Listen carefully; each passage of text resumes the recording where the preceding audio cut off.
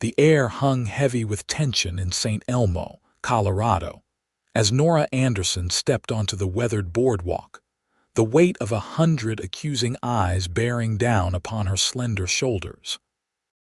Just yesterday she had been the respected schoolteacher. Today she was the town pariah, all because of a whisper that had grown into a roar. It was the spring of 1881, and Saint Elmo was booming like many mining towns scattered across Colorado's rugged mountains. The discovery of silver and gold had transformed what was once a simple settlement into a bustling community of over 2,000 souls. Saloons and boarding houses stood alongside mercantile stores and a newly constructed schoolhouse where Nora had taught for the past 2 years. At 24, Nora had come west from Boston following the death of her parents, seeking independence and purpose in a land of opportunity. With her chestnut hair typically pinned neatly beneath a modest bonnet and intelligent green eyes that missed little, she had quickly earned the town's respect as an educated woman dedicated to the children of Saint Elmo. But respect, she was learning, could be as fragile as spun glass. "There she is," a voice hissed as Nora made her way toward the mercantile. "The one who's been stealing from the school funds." Nora kept her head high, though her heart hammered in her chest. The accusation was preposterous. She lived modestly in a small room above the milliner's shop, spent nothing on luxuries, and had in fact contributed her own meager savings to purchase books for her students.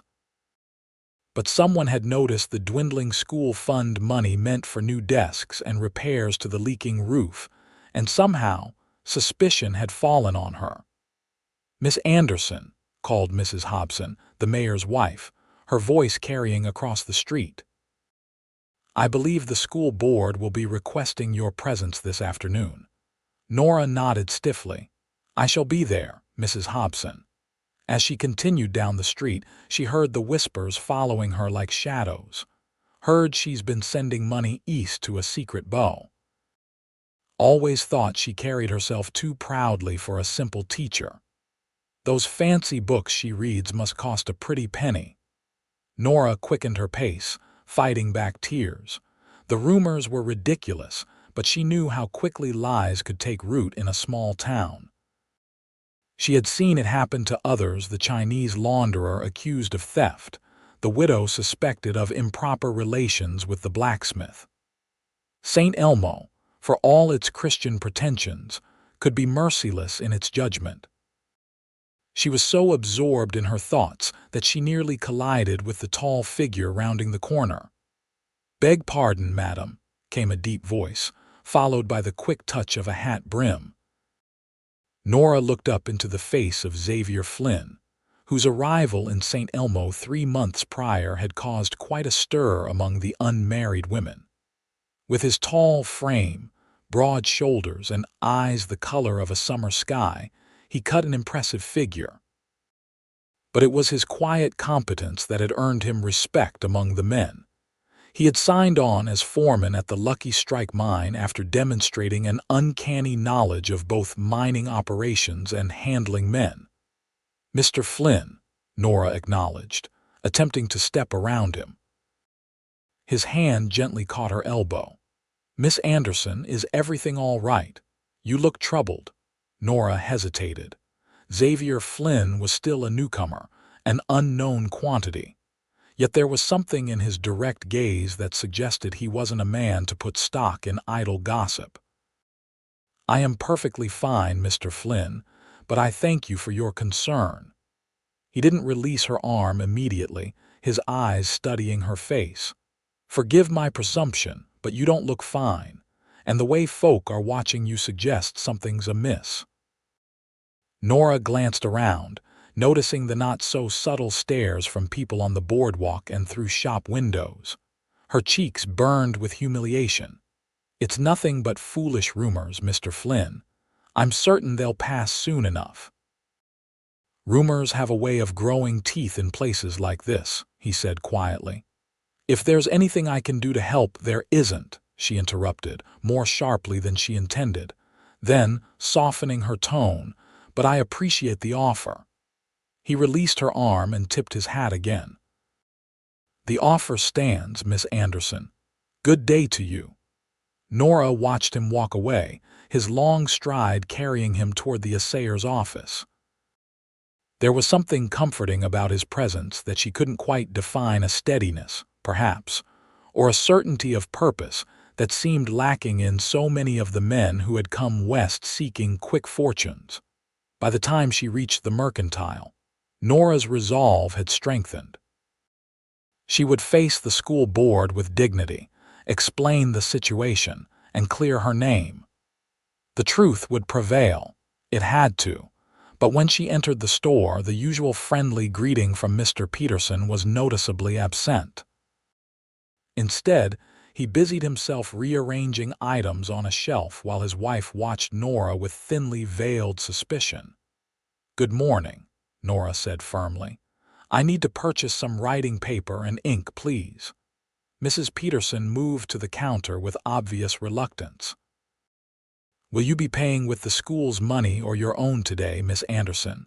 The barb was delivered with such casual cruelty that for a moment Nora couldn't respond. She felt the color drain from her face as she reached for her small purse. "My own, Mrs. Peterson, as always." The woman nodded curtly and turned to retrieve the items. While her back was turned, Mr. Peterson approached, his voice low. "Miss Anderson, I've known you to be an honest woman since you arrived. If you say you've done no wrong, I believe you." His words were a small comfort, but Nora was grateful nonetheless. "Thank you, Mr. Peterson. Your faith means more than you know." As she completed her purchase and left the store, Nora spotted Sheriff Thomas leaning against a hitching post, watching her with narrowed eyes. The man had never approved of a woman in a position of authority, and she sensed he was enjoying her current predicament. "Miss Anderson," he called as she passed, "I've been meaning to have a word with you." Nora stopped, her spine stiffening. "Yes, Sheriff. Been hearing some concerning things.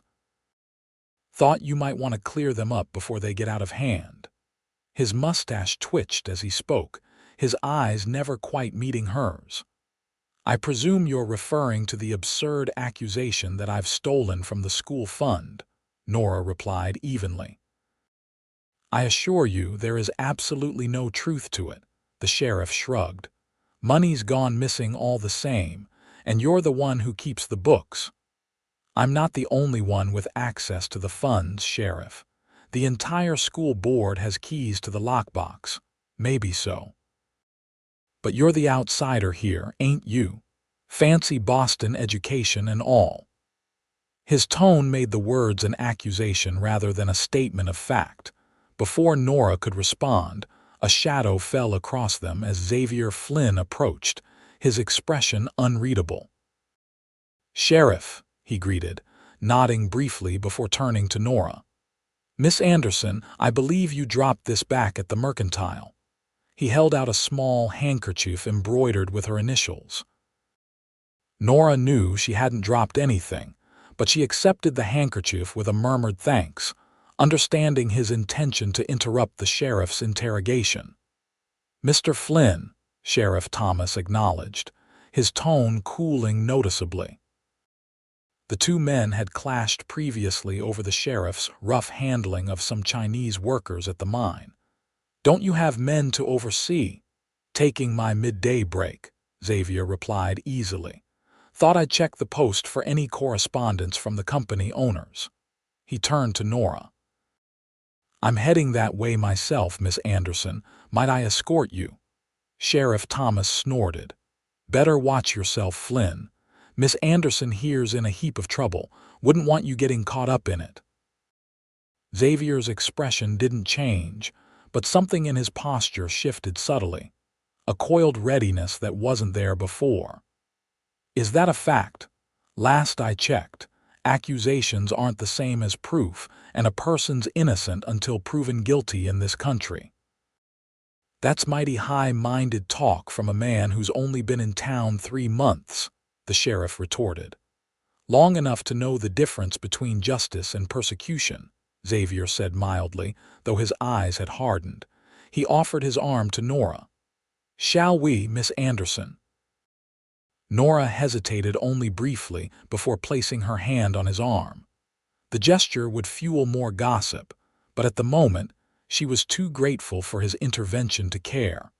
They walked in silence until they were well away from the sheriff. Then Xavier spoke quietly. "I apologize if I overstepped.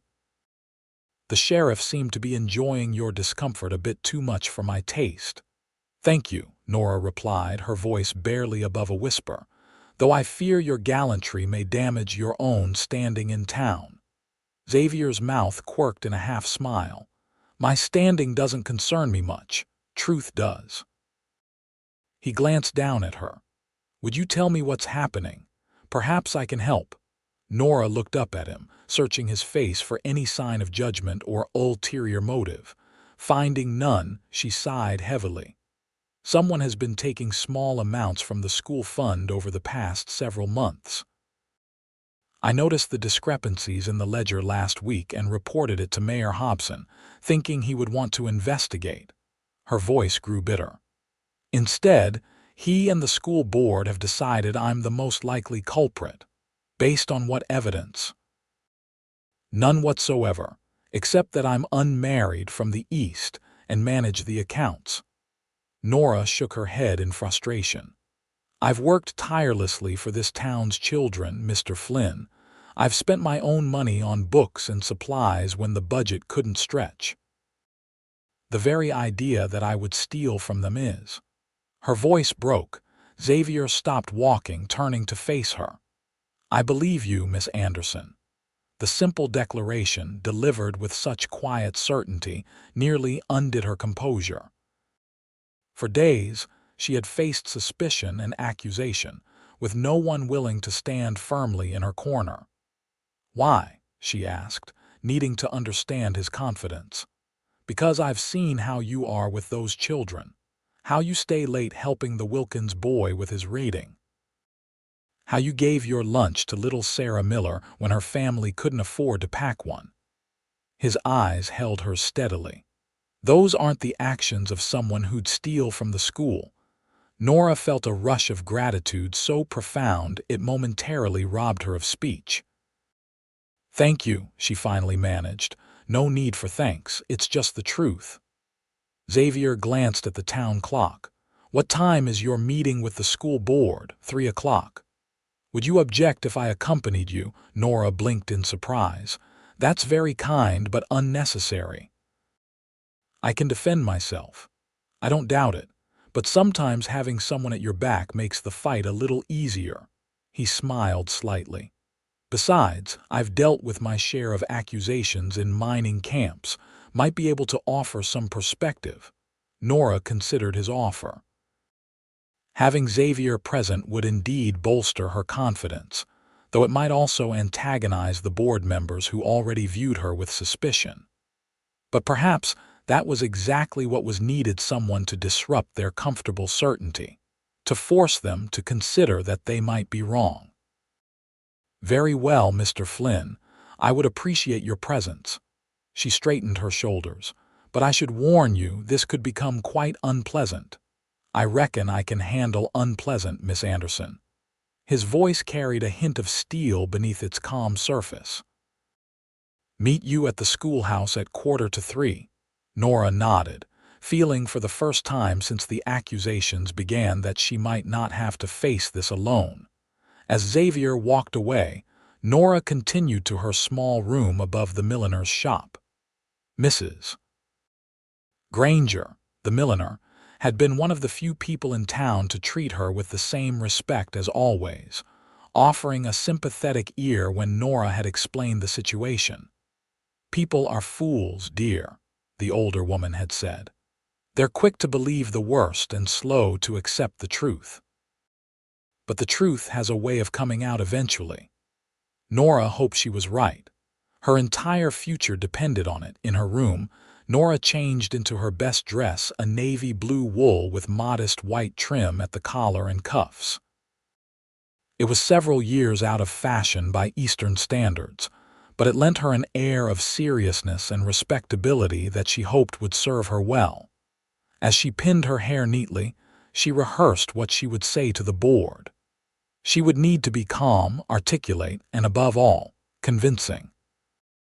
Her training at the Boston Female Normal School had prepared her to teach, but not to defend herself against false accusations. At 20 minutes to 3, Nora left her room and made her way to the schoolhouse at the edge of town. The small wooden building, with its bell tower and rows of plain desks, had become her sanctuary over the past 2 years. She loved everything about it, from the smell of chalk dust to the sound of children reciting their lessons. The thought that she might be forced to leave it behind made her heart ache. As promised, Xavier was waiting outside, leaning against a hitching post. He had changed into a clean shirt and vest, and his usually unruly dark hair was neatly combed. He straightened when he saw her approach. "Miss Anderson," he greeted, his eyes taking in her appearance with evident approval. "You look ready for battle."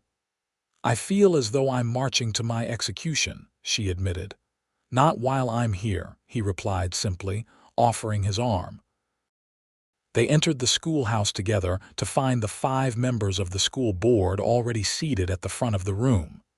Mayor Hobson, a portly man with mutton chop whiskers, frowned at the sight of Xavier. "This is a private meeting, Miss Anderson," he said. "Mr. Flynn's presence is neither required nor welcome." Xavier removed his hat but made no move to leave. "I'm here at Miss Anderson's request, as a character witness and observer." "We don't need outsiders interfering in town business," said William Barker, the bank manager who served as the board's treasurer. "Seems to me Miss Anderson has the right to representation, same as anyone accused of wrongdoing," Xavier countered mildly. Mayor Hobson's face reddened, but after a moment of tense silence, he gestured impatiently to the 2 chairs positioned before the board. "Very well. Let's get on with it." Nora and Xavier took their seats. She folded her hands in her lap to hide their trembling, willing herself to remain composed. "Miss Anderson," began the mayor, "you're aware that a significant sum has gone missing from the school fund over the past several months. As the person responsible for maintaining the ledger and making purchases for the school, you are naturally the focus of our inquiry." "I understand that, Mayor Hobson," Nora replied steadily. "And I categorically deny having taken any money whatsoever from the school fund. In fact, I was the one who brought the discrepancies to your attention."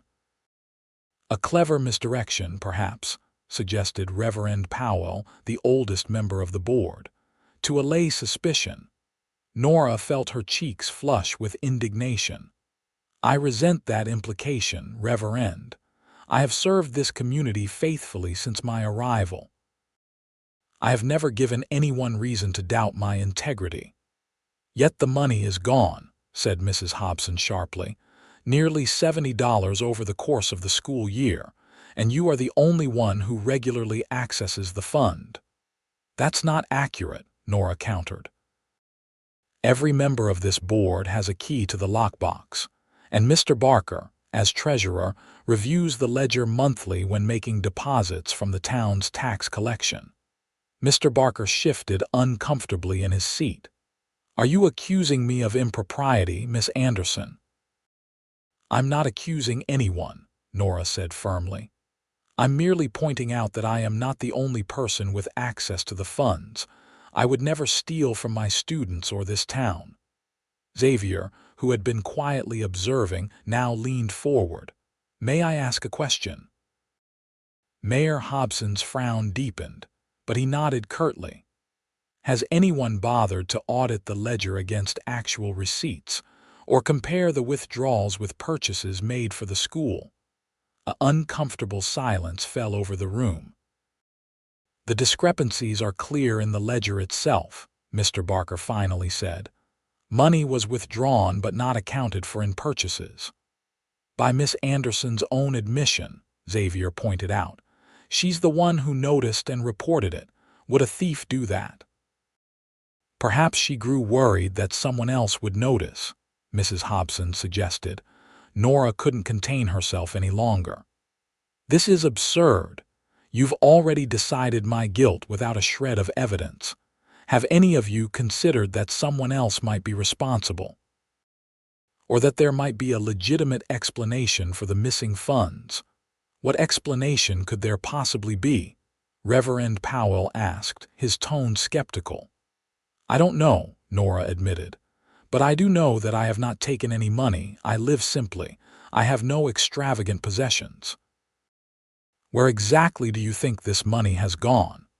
The board members exchanged glances, clearly at a loss to answer her question. Xavier spoke again, his voice calm but carrying an undertone of authority that made everyone pay attention. It seems to me that the fair approach would be to conduct a proper investigation before leveling accusations. Examine the ledger entries more carefully. Determine exactly when the money disappeared and what it might have been used for.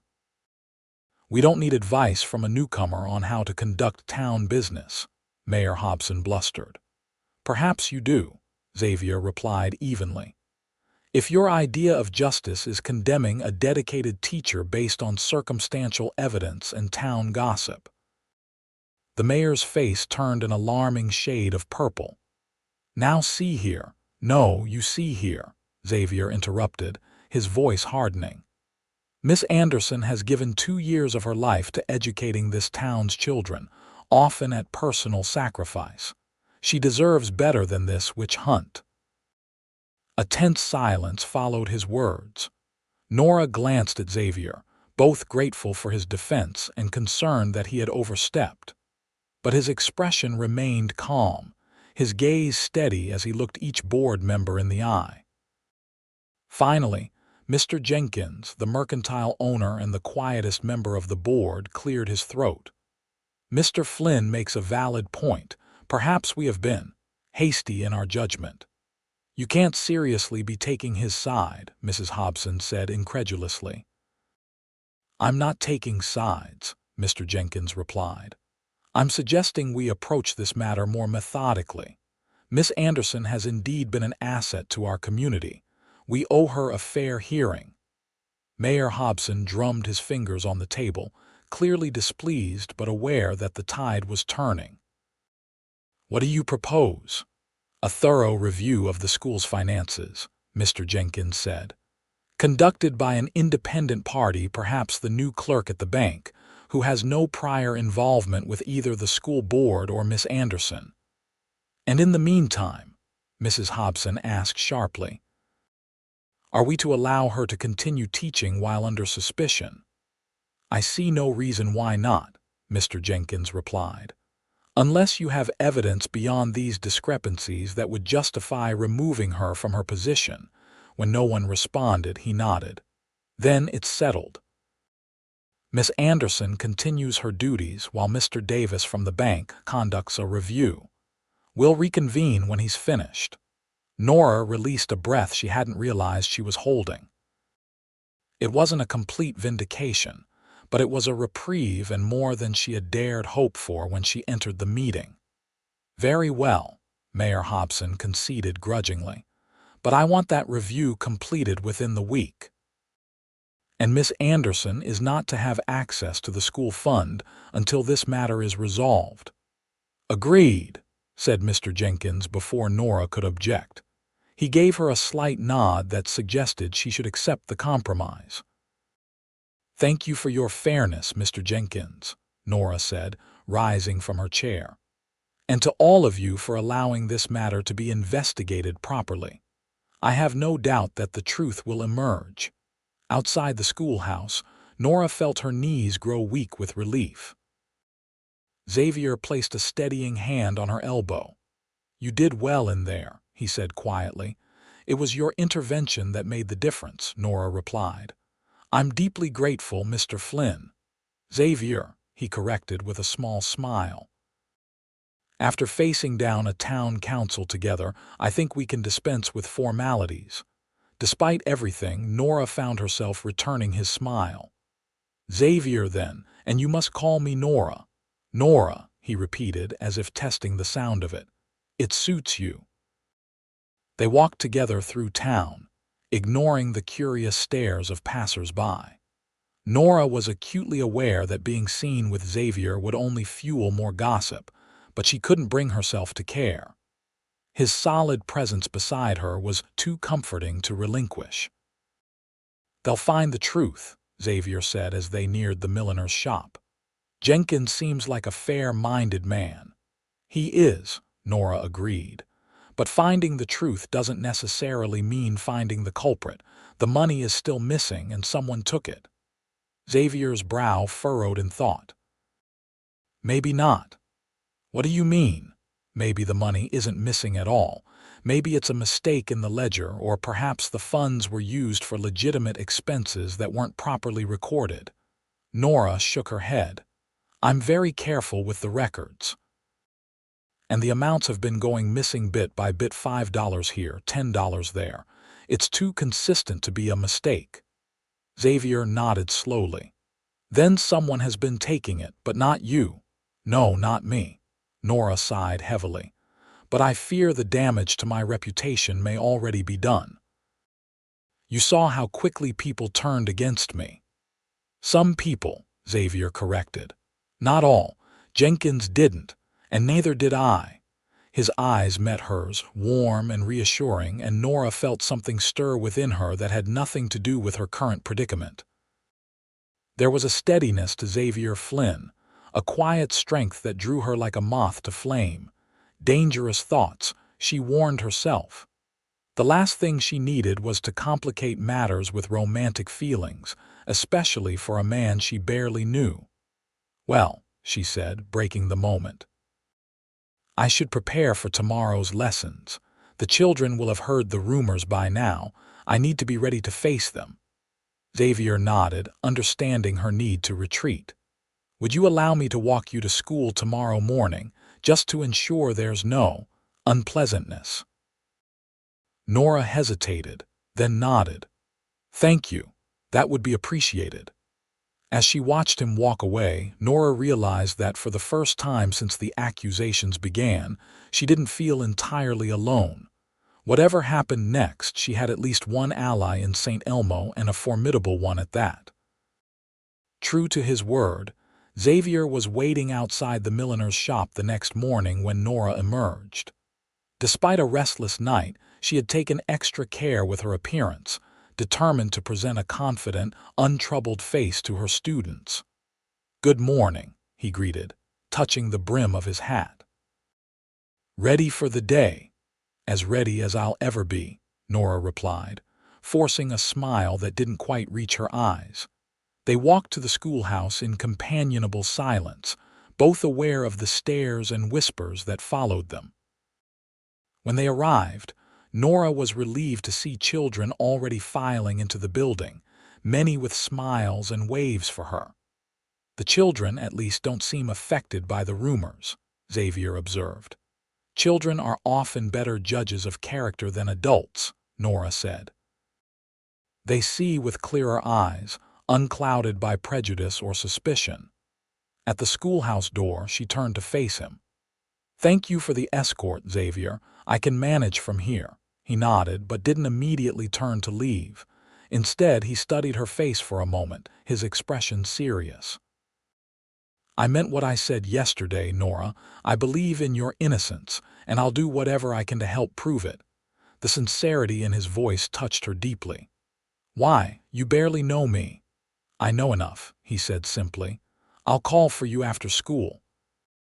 Before she could respond, he touched his hat again and strode away, leaving Nora to wonder at the strange turn her life had taken.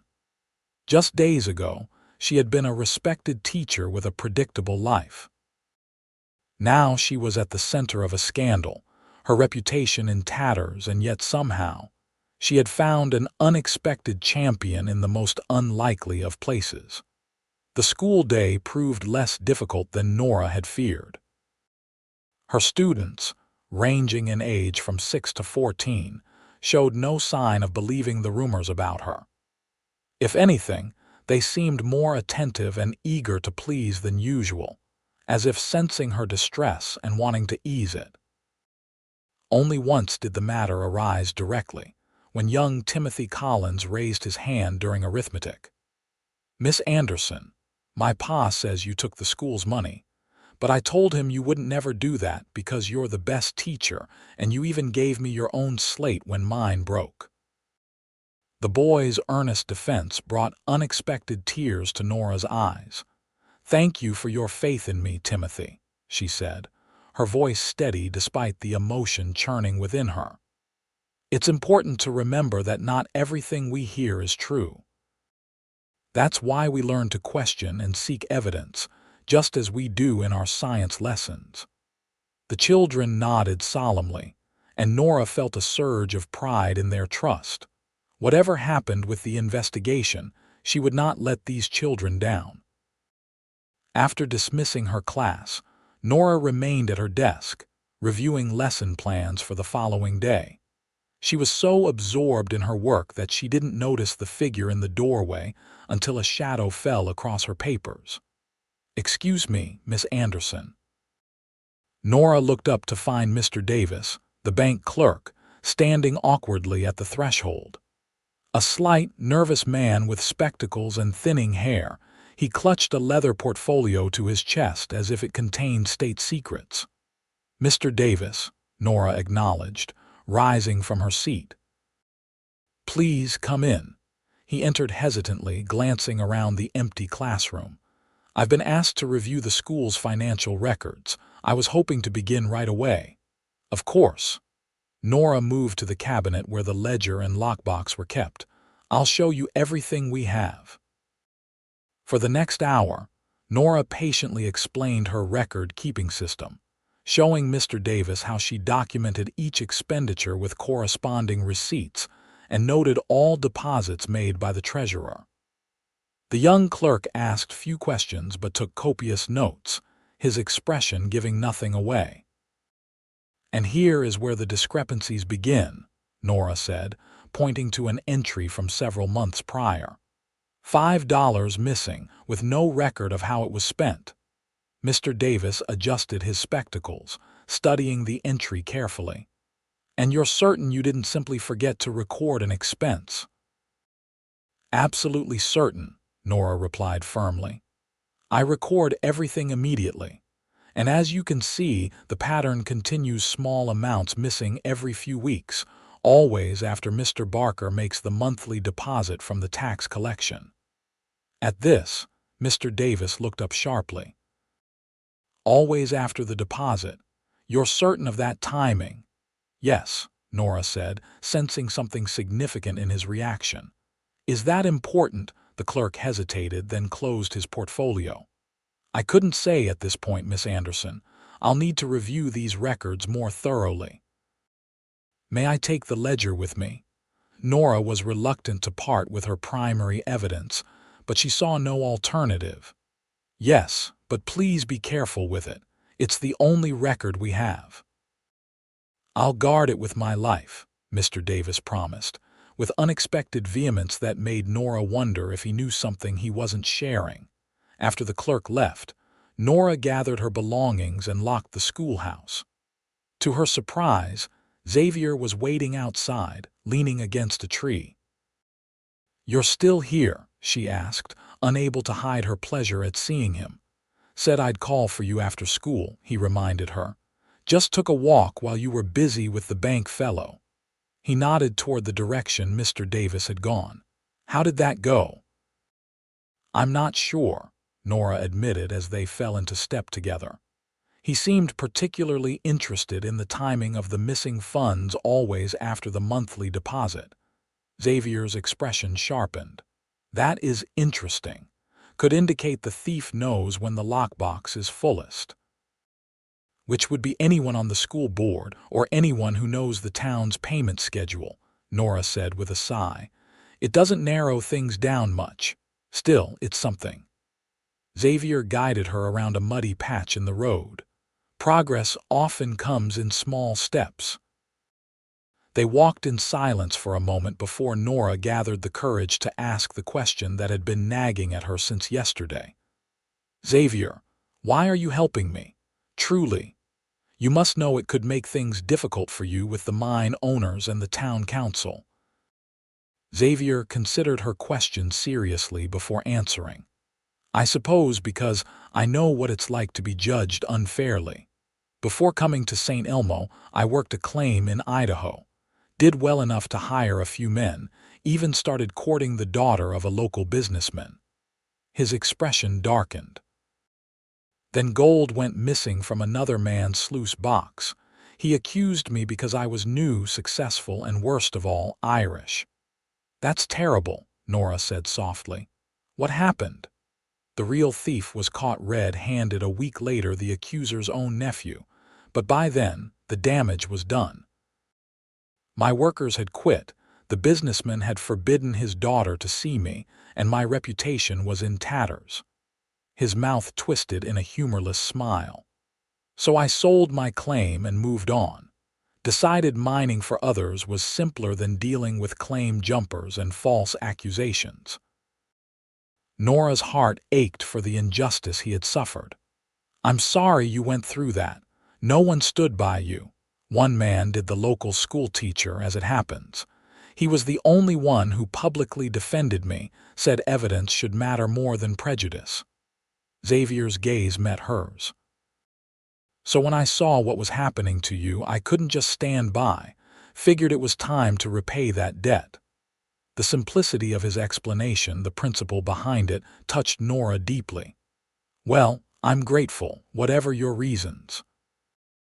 They had reached the milliner's shop, but neither seemed in a hurry to part.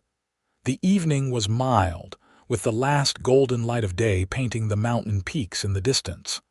"Have you had supper?" Xavier asked suddenly. Nora shook her head. "I was planning to make do with bread and cheese in my room.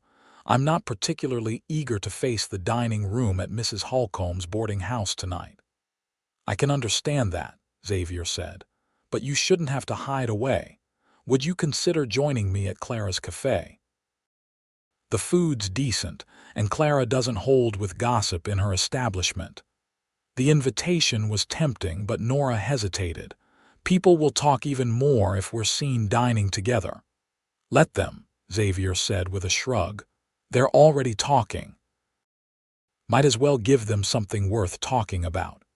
Despite her concerns, Nora found herself smiling at his defiance, and the thought of sitting alone in her room, replaying the day's events and dreading tomorrow, held little appeal. "Very well, Mr. Flynn. I accept your invitation." Clara's cafe was busy but not crowded when they arrived. A few heads turned at their entrance, and the volume of conversation dipped momentarily before resuming. Clara herself, a stout woman with iron-gray hair and a no-nonsense demeanor, showed them to a corner table with a curt nod. "Evening, Miss Anderson, Mr. Flynn. Special today is beef stew with dumplings." "Sounds perfect," Xavier said. "2 portions, please." As Clara bustled away, Nora surveyed the room, noting who was present and who was studiously avoiding her gaze. To her surprise, Mr. Jenkins from the school board nodded politely in her direction, and Mrs. Granger, the milliner, actually smiled encouragingly. "See, not everyone believes the worst," Xavier said, following her gaze. "Perhaps," Nora conceded, "but clearing my name officially is what matters. I can't teach effectively if half the town thinks I'm a thief." "We'll get to the bottom of it," Xavier promised. "One way or another." Their food arrived, steaming and fragrant, and for a while they set aside their troubles to enjoy the meal. Nora found herself relaxing as Xavier shared stories of his travels across the West, from the silver mines of Nevada to the gold fields of California. He had a gift for description that made each place come alive, and a self-deprecating humor when recounting his own misadventures. In turn, Nora told him about her childhood in Boston, her training at the normal school, and her decision to come west after her parents' deaths.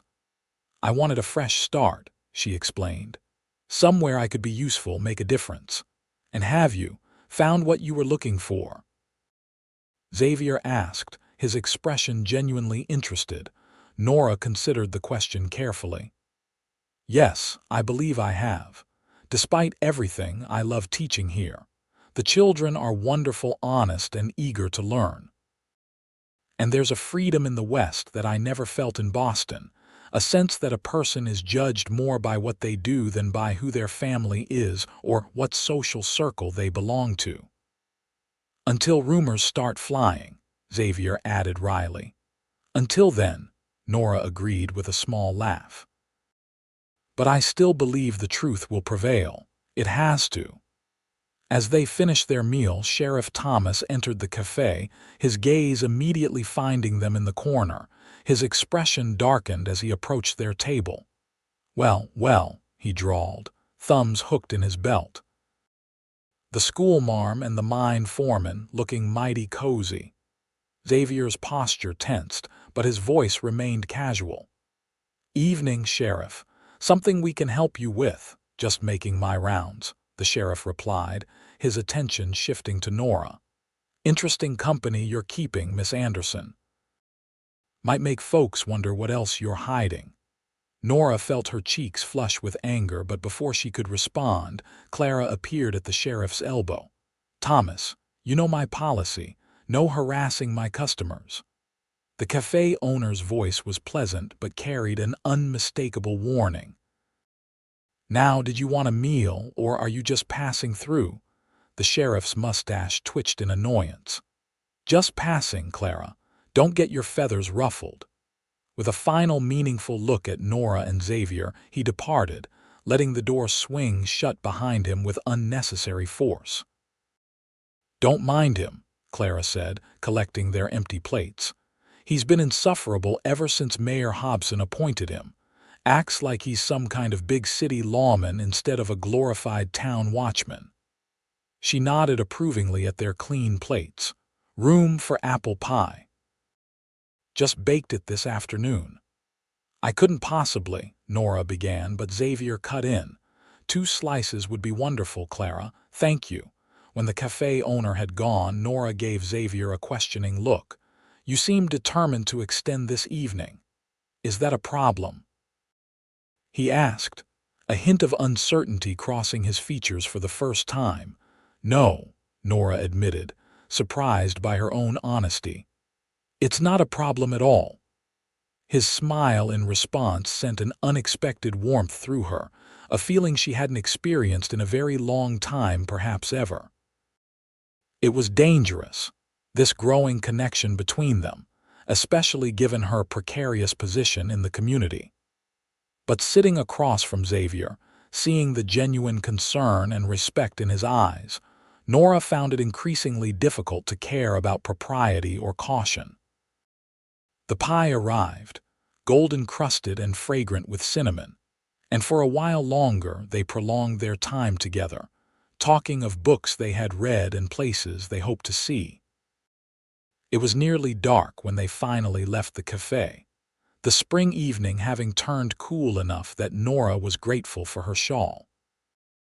Xavier walked her back to the milliner's shop in comfortable silence, their shoulders occasionally brushing in a way that felt both innocent and thrillingly intimate. At her door, he paused, clearly reluctant to say goodnight. "Thank you for supper," Nora said softly. It was a welcome distraction from everything else. "My pleasure," Xavier replied, his voice equally low. "Perhaps we could make it a regular occurrence while this investigation continues. For your safety, of course." Nora couldn't help but smile at his transparent excuse. "Of course." For safety. Their eyes held for a moment longer than was strictly proper, and Nora felt her breath catch at the intensity of his gaze. Then, with a respectful nod, Xavier stepped back. "Good night, Nora. Sleep well." "Good night, Xavier." As she climbed the stairs to her room, Nora felt lighter than she had in days. despite the uncertainty that still loomed over her future.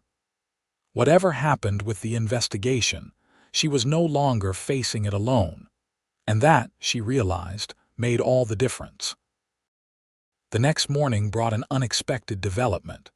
Nora was preparing for school when a knock at her door revealed Mrs. Granger, the milliner, holding a sealed envelope.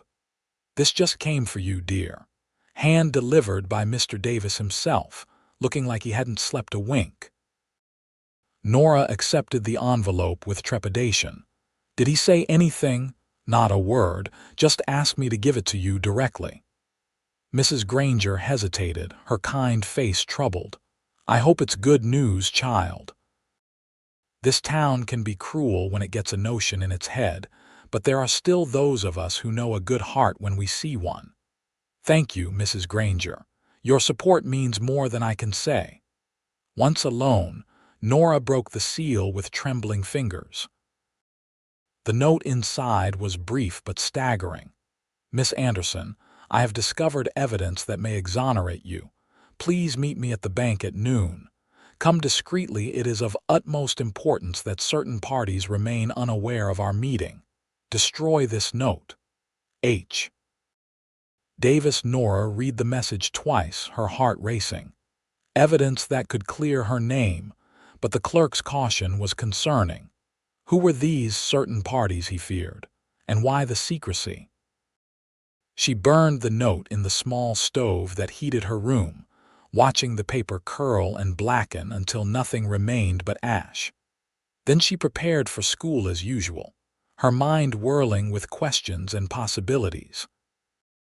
Xavier was waiting at the corner as he had been the day before, his tall figure a welcome sight in the early morning light.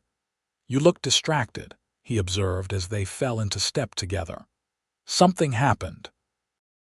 Nora glanced around to ensure no one was within earshot before speaking in a low voice. "I received a note from Mr. Davis this morning. He says he's found evidence that may clear me but wants to meet privately at noon." Xavier's expression sharpened. "At the bank?" "Yes." He seemed quite insistent about discretion. "I don't like it," Xavier said after a moment. "Why the secrecy?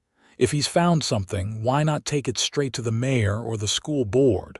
Nora hadn't considered that aspect. "Perhaps he's being cautious until he's certain. Or maybe he wants to discuss it with me first, since my reputation is at stake. Maybe." Xavier didn't sound convinced. "I think I should accompany you to this meeting." "He specifically asked me to come alone," Nora reminded him, "and discreetly." "All the more reason not to," Xavier insisted. "At least let me walk you to the bank and wait nearby. If everything's above board, no harm done.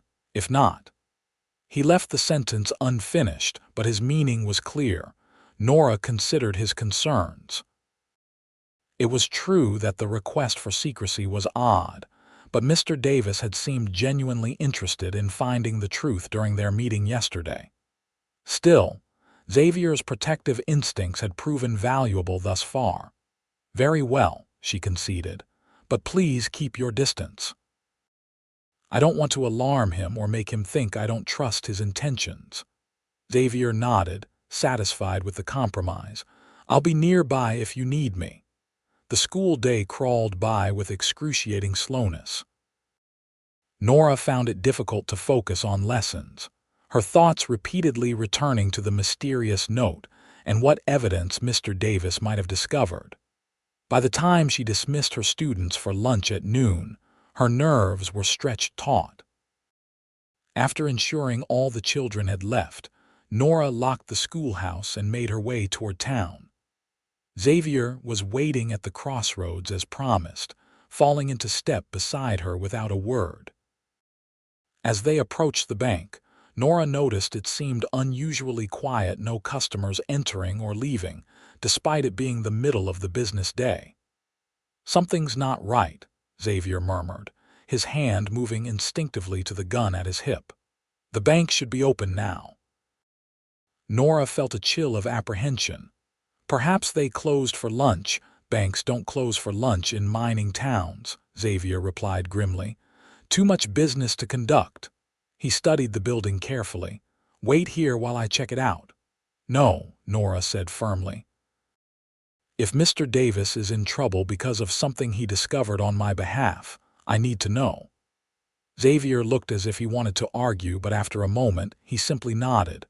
Stay behind me then, and if I tell you to run, you run, no questions. They approached the bank cautiously.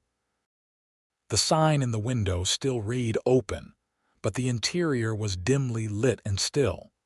Xavier tried the door and found it unlocked, which only heightened his suspicion. Hello, he called as they entered. Anyone here? Silence greeted them. The main room of the bank was deserted, the teller windows empty, the customer's bench unoccupied. The only sound was the soft ticking of the wall clock. Mr. Davis, Nora called, her voice sounding unnaturally loud in the quiet space. A faint noise came from the back office, a muffled thump, followed by what might have been a groan. Xavier drew his gun, motioning for Nora to stay where she was. But she ignored him, her concern for the clerk overriding her fear. Together, they moved toward the office door, which stood slightly ajar. Xavier pushed it open slowly, revealing a scene of disarray. Papers were scattered across the floor, a chair overturned, and slumped in the corner was Mr. Davis, blood trickling from a gash on his forehead. Mr. Davis. Nora rushed to his side, kneeling to check his pulse. He's alive but unconscious. We need to get help. Xavier quickly surveyed the room, noting the open safe and empty cash box. This was a robbery, he said grimly, and not a spur-of-the-moment one. They knew when the bank would be emptiest. Nora was barely listening, focused on the injured clerk. Mr. Davis, can you hear me? It's Nora Anderson. The young man's eyelids fluttered and he moaned softly. Miss Anderson, he mumbled. Danger, you must. Don't try to speak, Nora soothed. We're going to get you help. No, Davis insisted weakly, clutching at her arm. You must. No, the ledger. Shows. Pattern, not you, it was. Before he could finish, the door to the bank slammed open, followed by heavy footsteps and Sheriff Thomas's booming voice. What in tarnation is going on here? Xavier quickly holstered his gun as the sheriff appeared in the doorway, his own weapon drawn. Bank's been robbed, Xavier explained calmly. And the clerk's been hurt. He needs a doctor. Sheriff Thomas's suspicious gaze moved from Xavier to Nora, then to the injured clerk. And what exactly are you two doing here? Mighty convenient timing, I'd say. Mr. Davis asked me to meet him, Nora said, rising to her feet. He said he had information about the school fund discrepancies. Is that so? The sheriff's tone made it clear he didn't believe her. And I suppose you just happened to bring your gun-toting friend along. We found the bank like this, Xavier said firmly. Mr. Davis was already injured when we arrived. The sheriff holstered his gun with deliberate slowness. Well now, that's quite a story. But I think I'll need to hear it from Davis himself when he's able. He moved to the clerk's side, examining the wound with surprising gentleness. Looks like somebody clouded him good. Lucky they didn't kill him. Shouldn't we get the doctor? Nora pressed, increasingly frustrated by the sheriff's suspicion. Already sent for, came a new voice from the doorway. Mr. Barker, the bank manager and school board treasurer, stood there, his face pale with shock. What happened? Where's the money? That's what I aim to find out, Sheriff Thomas replied, straightening up. But first things first. Miss Anderson and Mr. Flynn here were just about to explain why they're at the scene of a bank robbery. Mr. Barker's gaze snapped to Nora, his expression hardening. Were they indeed? How interesting, considering the recent accusations. Nora felt a surge of indignation. Mr. Davis specifically asked me to meet him here at noon. He said he had found evidence related to the missing school funds, evidence that would exonerate me. A likely story, the sheriff scoffed. and conveniently impossible to verify with Davis unconscious. Xavier stepped forward, his posture tense but controlled. "Sheriff, instead of wasting time with baseless accusations, shouldn't you be looking for the actual robbers? They can't have gone far." The sheriff's eyes narrowed. "I know my job, Flynn, and part of it is securing potential suspects." He gestured toward the door. "Both of you come with me. We'll continue this discussion at my office while I get statements." "We're not suspects," Nora protested. "We were trying to help." "That remains to be seen," Sheriff Thomas replied coldly. "Now move, unless you want to be charged with obstruction as well as potential theft." With no choice but to comply, Nora and Xavier followed the sheriff out of the bank, acutely aware of the curious stares from townspeople who had begun to gather outside. Word of the robbery and their presence at the scene would spread through Saint Elmo like wildfire. At the sheriff's office, they were separated into different rooms for questioning. Nora repeated her story multiple times, emphasizing the note from Mr. Davis and her legitimate reason for being at the bank. The sheriff remained skeptical, particularly when she admitted burning the note as instructed. "Mighty convenient," he repeated. "No note, an unconscious witness, and you just happened to show up right after a robbery. If we had robbed the bank, why would we still be there when you arrived?" Nora countered, her patience wearing thin. "Why not take the money and flee?" The sheriff had no good answer for that, but his suspicion remained undiminished. After what seemed like hours, the door opened to admit Mayor Hobson, his expression grave. "Sheriff, a word." The two men stepped outside, leaving Nora alone with her thoughts.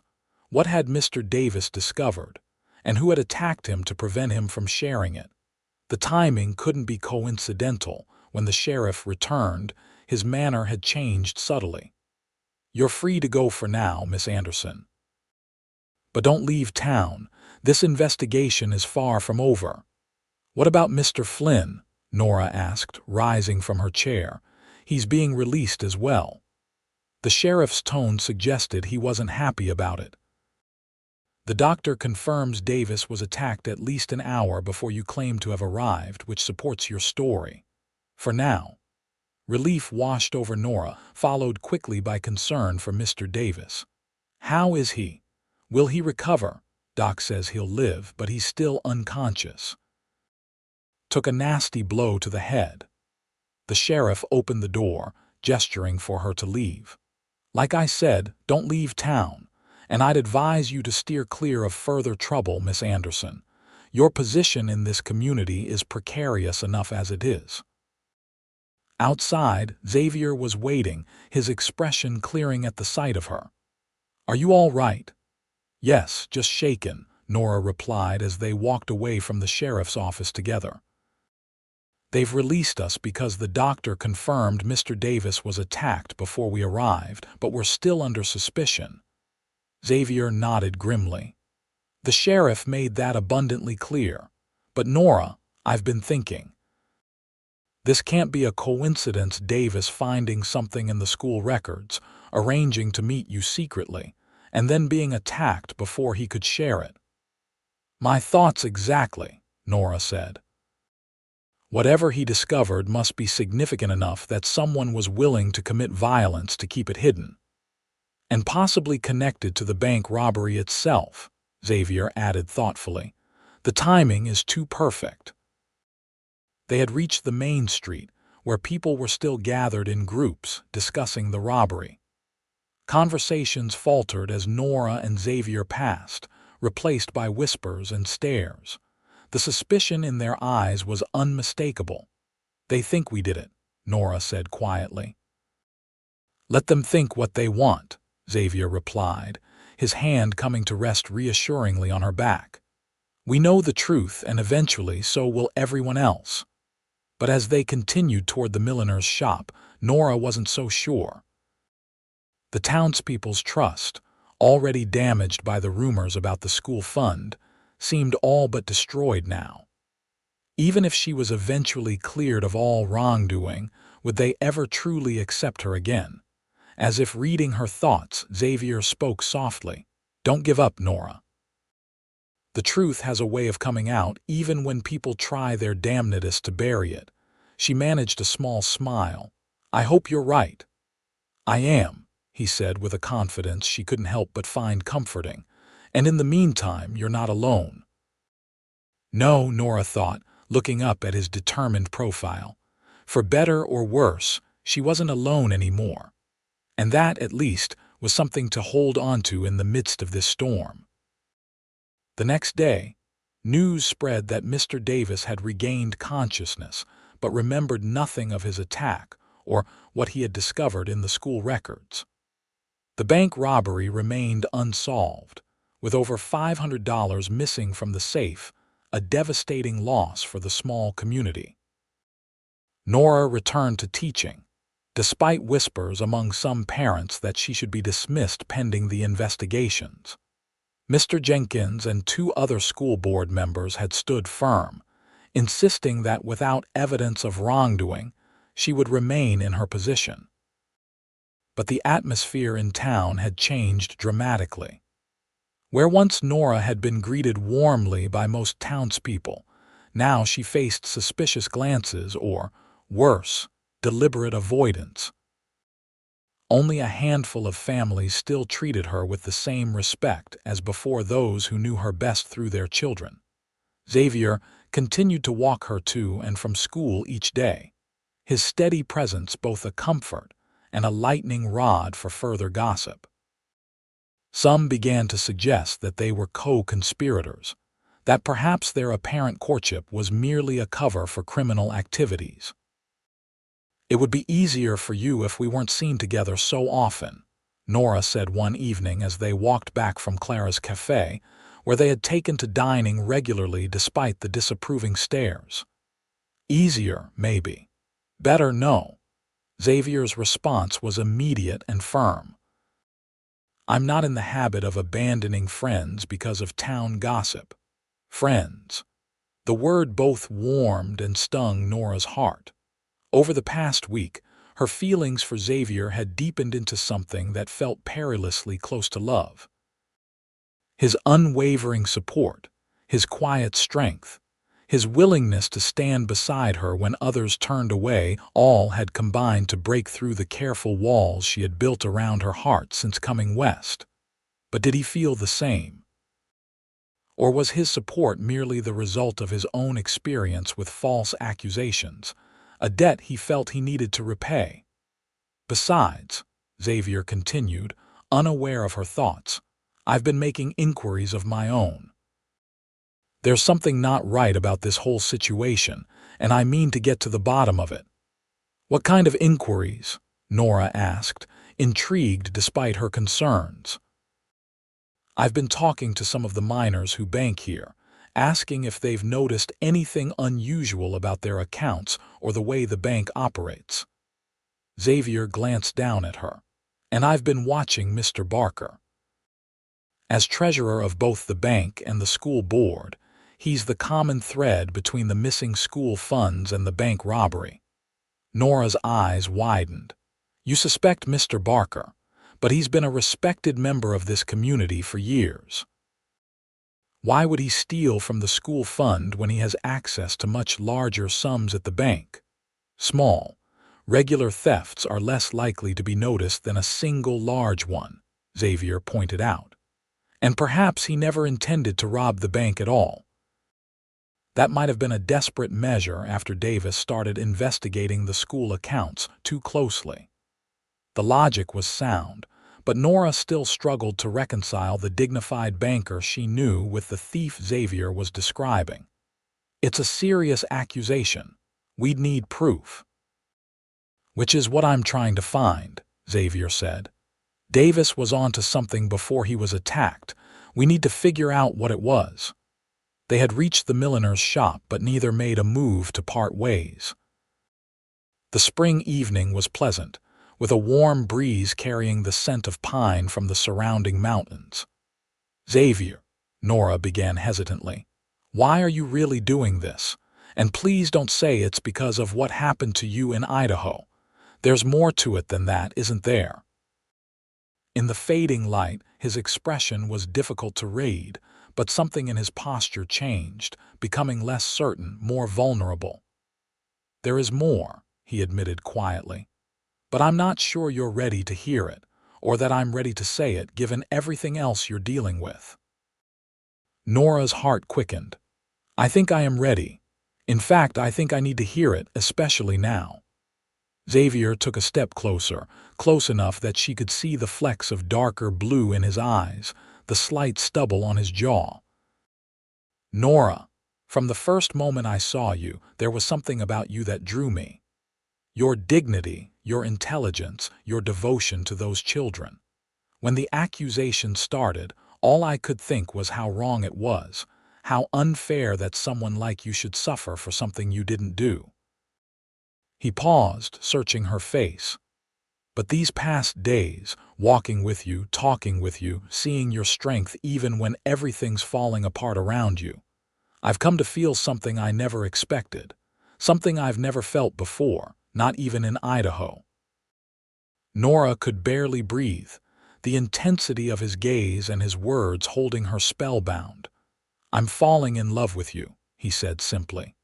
"And that's why I can't walk away, no matter what this town thinks of us." The admission, spoken so plainly and with such evident sincerity, broke through the last of Nora's reservations. "I feel the same," she whispered, her voice unsteady with emotion. "I've tried to tell myself it's just gratitude or the extraordinary circumstances we're in, but it's more than that." Much more. For a moment they stood in silence, the weight of their confessions hanging between them like a tangible thing.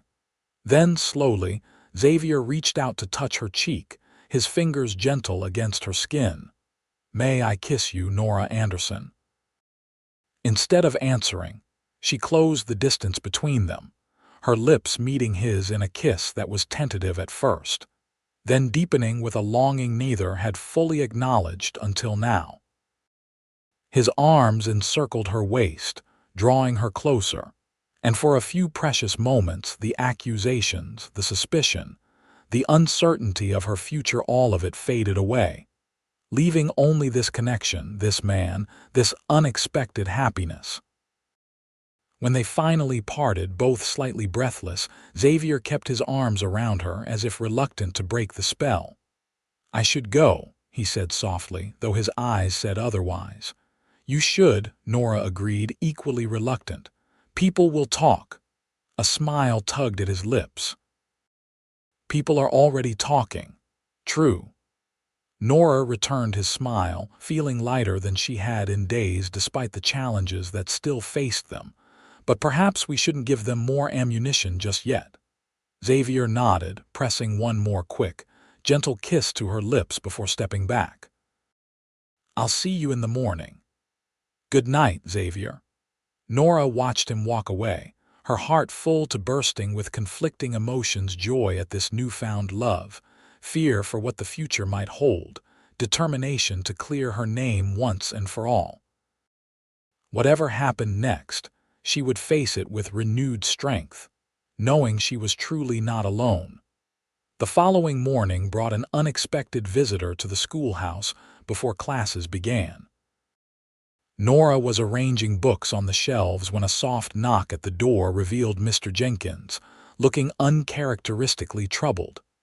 "Miss Anderson, I hope I'm not disturbing your preparations," he said, removing his hat as he entered. "Not at all, Mr. Jenkins. What can I do for you?" The merchant hesitated, glancing around the empty classroom before speaking in a lowered voice. "I've come to share some concerns and some information that might be relevant to your situation." Nora's pulse quickened. "Please, continue."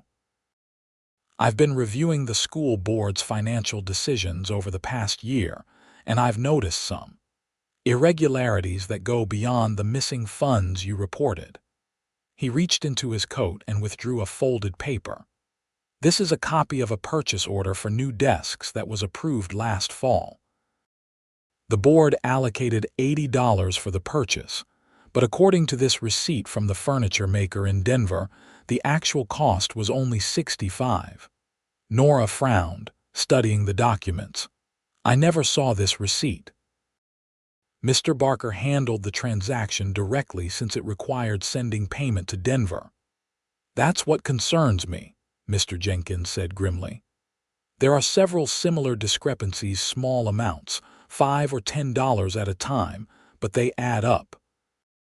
And in each case, Barker was the one who handled the transactions. You think he's been skimming from the school funds? Nora asked, the pieces beginning to fall into place. But why would he risk his reputation for such small amounts? I don't know, Mr. Jenkins admitted. But I found something else that might explain it. He produced another document, this one a bank notice. Barker received this foreclosure warning on his home 2 months ago. The bank in Denver that holds his mortgage is demanding payment in full by the end of June. Nora's eyes widened as she read the notice. But how did you get this? Mr. Jenkins had the grace to look slightly embarrassed. It was delivered to my store by mistake. I was going to return it to him, but then all this business with the school funds came up, and I started to wonder. If he might be desperate enough to steal, Nora finished. But Mr. Jenkins, this is serious evidence. Why haven't you taken it to the sheriff? The merchant's expression turned cynical. Sheriff Thomas and Barker are thick as thieves, no pun intended. They play cards together twice a week and have business dealings that I've never quite understood. I'm not confident the sheriff would investigate impartially. Then the mayor is Barker's brother-in-law, Mr. Jenkins interrupted, and has his own financial interests tied up with the bank. No, Miss Anderson, I'm afraid there's no simple solution here. Nora sat down heavily in her chair, the implications sinking in. So what do we do? I can't continue under this cloud of suspicion, and if Barker is stealing, he needs to be stopped. Mr. Jenkins nodded gravely. I agree. That's why I'm sharing this with you now. I believe Mr. Davis had discovered similar discrepancies before he was attacked. When he regains his memory, he may be able to confirm our suspicions. If he regains his memory, Nora said softly, and if he's willing to speak out. After what happened to him, he might be too frightened. A valid concern, Mr. Jenkins conceded, which is why I think we need additional evidence, something irrefutable that even the sheriff and mayor can't ignore. What do you have in mind? I'm not entirely sure yet, the merchant admitted. But I wanted you to know that you're not alone in your suspicions, and that some of us on the board are working to uncover the truth. He glanced toward the door as the sound of approaching children signaled the imminent start of the school day. I should go. But please be careful, Miss Anderson. If Barker is indeed responsible and realizes we're investigating him, he may become dangerous. Nora nodded, tucking the documents into her desk drawer. I understand, and thank you, Mr. Jenkins. Your support means more than you know. After the merchant left, Nora greeted her students with her usual warmth, though her mind was racing with this new information. She needed to tell Xavier as soon as possible. His suspicions about Barker had been correct all along, and now they had at least some evidence to support them. The school day passed in a blur of lessons and recitations, with Nora's thoughts repeatedly returning to Mr. Jenkins's revelations. By the time the final bell rang and the children dispersed, she was eager to find Xavier and share what she had learned. But as she locked up the schoolhouse, an unexpected figure approached across the schoolyard, Mr. Barker himself, impeccably dressed as always, his gold watch chain gleaming in the afternoon sun. Miss Anderson, he called, his tone friendly enough to raise her suspicions immediately. I was hoping to have a word with you. Nora forced herself to smile politely, though her pulse had quickened with alarm. Of course, Mr. Barker. What can I do for you? The banker glanced around, as if ensuring they were alone, before speaking in a confidential tone. I've been reviewing the school's financial records myself, in light of recent events, and I've made a discovery that I think will interest you." Nora's hand tightened on her key. "Oh, what sort of discovery?" "It appears there may have been a clerical error in the accounting," Barker said smoothly. "The discrepancies you reported might not be the result of theft at all, but simply a mistake in how certain expenses were recorded." "That's surprising," Nora replied carefully. "I'm quite meticulous with the ledger." "Oh, I don't doubt your competence, Miss Anderson," Barker assured her with a smile that didn't reach his eyes. "But everyone makes mistakes. I've prepared a revised ledger that accounts for all the supposedly missing funds. If you were to agree that this was indeed a simple error on your part, the matter could be resolved quietly, with no further damage to your reputation." The implication was clear: accept responsibility for a mistake that never happened, or continue to face the town's suspicion and hostility. It was a clever trap, one that offered an easy way out of her current predicament at the cost of her integrity. "May I see this revised ledger?" Nora asked, playing for time. "Certainly. I have it at the bank. Perhaps you could stop by tomorrow morning before school." Barker's confidence suggested he expected her to acquiesce readily. "I'll consider it," Nora said noncommittally, "though I would like to understand exactly what errors I supposedly made." "All in good time," Barker replied, his smile thinning slightly. "I should warn you, Miss Anderson, that this is likely your best option for resolving the situation favorably. The alternative would be unfortunate for all concerned." The veiled threat hung in the air between them, making Nora's decision clear. Whatever Barker was offering, accepting it would only protect him, not her, and it would certainly not serve justice. "I appreciate your concern, Mr. Barker. I'll give your proposal the consideration it deserves." The banker studied her face for a moment, perhaps sensing her lack of sincerity. "See that you do, Miss Anderson. Good day to you." As he walked away, Nora remained where she was, her heart racing. Barker's approach confirmed everything she and Mr. Jenkins had suspected, but it also suggested that the banker was growing desperate, possibly dangerous. She needed to find Xavier immediately. Nora had taken only a few steps toward town when she spotted him approaching, his long strides eating up the distance between them. His expression told her he had seen Barker leaving the schoolyard. What did he want? Xavier asked without preamble when he reached her. Nora quickly related the conversation, along with the earlier revelations from Mr. Jenkins. Xavier listened intently, his expression growing grimmer by the moment. "He's trying to cover his tracks," he said when she had finished. "Offering you a way out that protects him. The fact that he approached you directly means he's worried, maybe because Jenkins is asking questions, or because he suspects Davis might remember something when he recovers." "What should I do?" Nora asked. "If I refuse his offer outright, he might take more drastic measures." Xavier considered the question carefully. "Stall him. Tell him you need time to think about it. Meanwhile, we need to find concrete proof of his theft, something that can't be explained away as a clerical error." "And how do we do that?" "I have an idea," Xavier said slowly. "But it's risky, and I'm not sure you'll like it." As he outlined his plan, Nora's initial alarm gave way to reluctant agreement.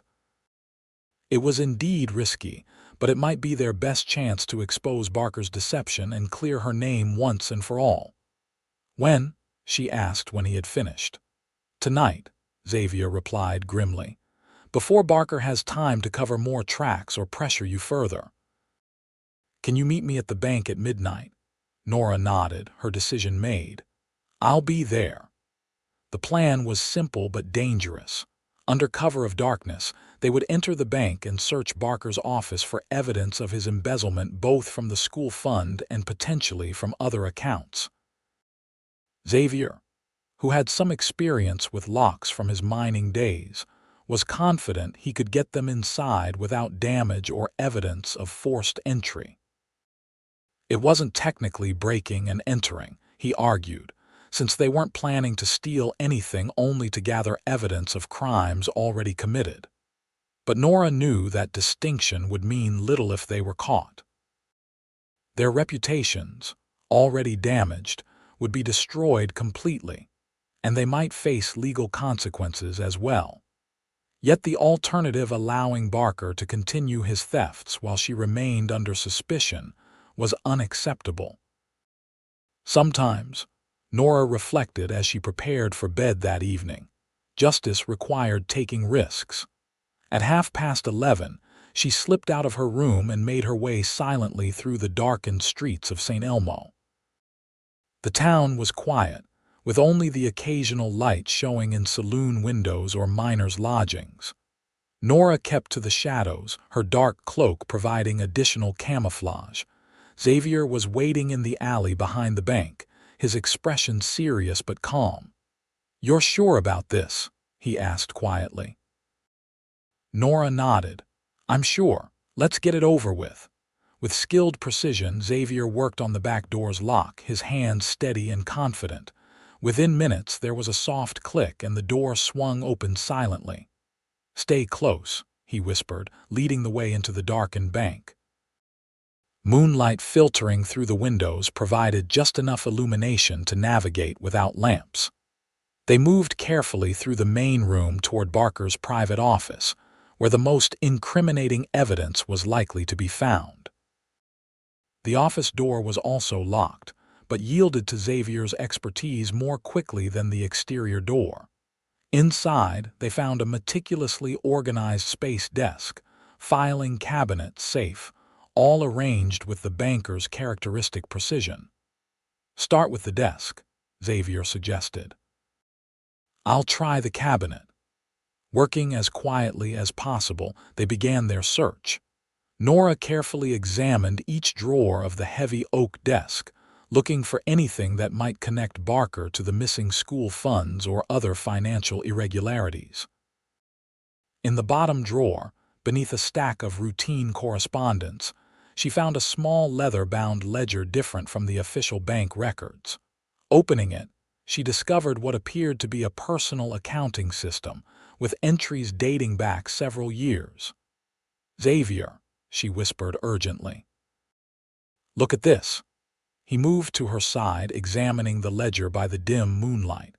"It's a record of his embezzlement," he said after a moment. "Small amounts taken regularly from various accounts, including the school fund." Nora nodded, her finger tracing the entries. "And look here, larger withdrawals in the past 2 months, coinciding with that foreclosure notice Mr. Jenkins found." "This is it," Xavier said, his voice tight with satisfaction. "The proof we need. With this and Jenkins's documents, even the sheriff will have to act." A sudden noise from the front of the bank froze them both, the unmistakable sound of a key turning in a lock. "Someone's coming," Xavier whispered, quickly returning the ledger to Nora's hands. "Take that and hide. Now, what about you? I'll create a diversion if necessary. Go." Nora clutched the incriminating ledger and slipped into the shadows beside a tall filing cabinet just as the main door opened, admitting a shaft of light from a lantern. "I tell you, I heard something," came Sheriff Thomas's voice. "And after the robbery last week, we can't be too careful." "Probably just rats," replied another voice, Barker's, unmistakably. "The building is old." "Maybe so, but I aim to check it out thoroughly." Footsteps approached the office, and Nora pressed herself deeper into the shadows, scarcely daring to breathe. Where was Xavier? Had he managed to hide, or the thought was interrupted by a sudden crash from the far side of the main room, followed by the sound of footsteps running toward the back door? "There," shouted the sheriff. "Someone's in here." The footsteps receded, pursuing the fleeing intruder Xavier. Nora realized with a mixture of gratitude and fear. He was drawing them away from the office, giving her a chance to escape with the evidence. But how? She was trapped in the office, with the front of the bank now between her and the exit, and if Xavier was captured. Pushing the thought aside, Nora focused on her immediate predicament. The window, it was her only option. Moving silently to the small window behind Barker's desk, she found it locked but managed to release the catch with trembling fingers. The window opened outward with a faint creak that seemed deafening in the quiet office. Nora held her breath, listening for any sign that the sheriff or Barker had heard, but the sounds of pursuit continued from the back of the building. Tucking the ledger securely inside her cloak, Nora climbed awkwardly through the window, grateful for once that the banker's office was on the ground floor. She dropped to the ground outside, wincing as her ankle twisted slightly on impact, then quickly closed the window behind her. Now she faced a new dilemma. Should she head back to her room and hide the evidence, or try to find out what had happened to Xavier? If he had been caught, her testimony might be his only defense. The decision was made for her when she heard voices approaching from around the corner of the building, the sheriff and Barker, returning from their futile chase. Whoever it was, they got away, the sheriff was saying, sounding winded and annoyed. Fast runner, too. We should check inside to see if anything was taken, Barker replied, his voice tight with concern. Nora pressed herself against the wall, praying they wouldn't notice the disturbance in the dirt beneath the window where she had landed. When they had passed, she slipped away in the opposite direction, limping slightly from her twisted ankle but determined to reach safety. The streets were still deserted as she made her way back toward the milliner's shop, her mind racing. Had Xavier escaped? And if so, where would he go? They hadn't discussed a rendezvous point in case they were separated. As she neared her lodgings, a figure detached itself from the shadows of an alleyway, causing her heart to leap into her throat. But it was Xavier, his face tense with concern.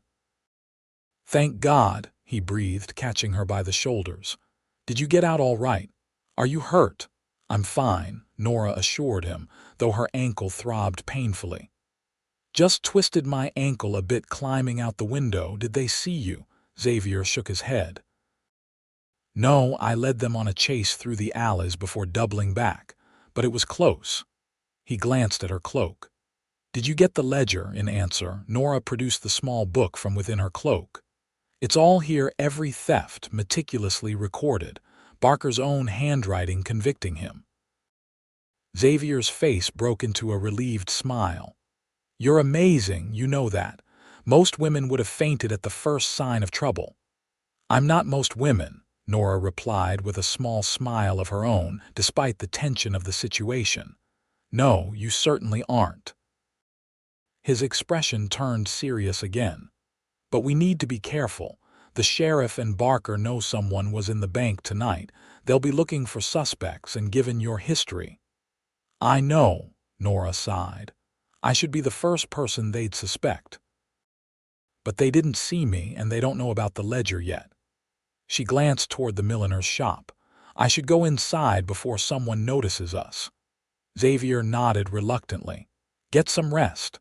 I'll come for you in the morning, and we'll take the ledger to Mr. Jenkins. With his other evidence in this, even the sheriff won't be able to ignore Barker's crimes." "Be careful," Nora urged, suddenly afraid for him. "Barker might suspect your involvement after tonight." "I will be," he promised. "Now go, and Nora," he caught her hand as she turned to leave. "Whatever happens tomorrow, remember that I love you." "I love you too," she whispered, squeezing his hand before reluctantly pulling away. As she climbed the stairs to her room, the ledger safely concealed beneath her mattress, Nora tried to calm her racing thoughts. Tomorrow would bring either vindication or disaster, depending on how the town responded to their evidence against Barker. But whatever happened, she had made her choice to stand for truth, no matter the cost. And she wouldn't be standing alone. The morning dawned clear and cool, with no sign that the events of the previous night had yet been discovered. Nora dressed carefully, choosing a simple but dignified dress that conveyed respectability without ostentation. The ledger, wrapped in plain brown paper, she tucked into her teaching satchel alongside her usual books and papers. Xavier was waiting at their usual meeting place, his expression neutral but his eyes alert, scanning the street for any sign of unusual activity. "Any trouble last night after I left?" he asked quietly as they began walking toward the school. Nora shook her head. "None, and you, all quiet. But we should expect that to change once we show Jenkins the ledger." He glanced at her satchel. "You have it with you?" "Yes." "I thought it safest not to leave it behind." "Good thinking." Xavier touched her elbow gently. "I've arranged to meet Jenkins at the Mercantile after he opens at 9. Can you get away from the school during morning recess?" Nora considered. "Yes, I think so, Mrs. Collins has been helping with the younger children. She could watch them for half an hour." "Perfect. I'll come for you at 10 then." The school day began normally enough, though Nora found it difficult to focus on the lessons, her mind continually returning to the ledger in her satchel and what would happen when its contents were revealed. The children, sensitive to her distraction, were unusually subdued, as if sensing the tension in their teacher. Just before 10, Nora set the students to work on their arithmetic and spoke quietly to Mrs. Collins about watching them during recess. The woman, one of the few parents who had consistently supported Nora throughout the rumors, readily agreed. When Xavier appeared at the schoolhouse door, several of the older children giggled and exchanged knowing looks. Despite the seriousness of their mission, Nora felt her cheeks warm at the children's obvious conclusions about her relationship with the handsome mine foreman.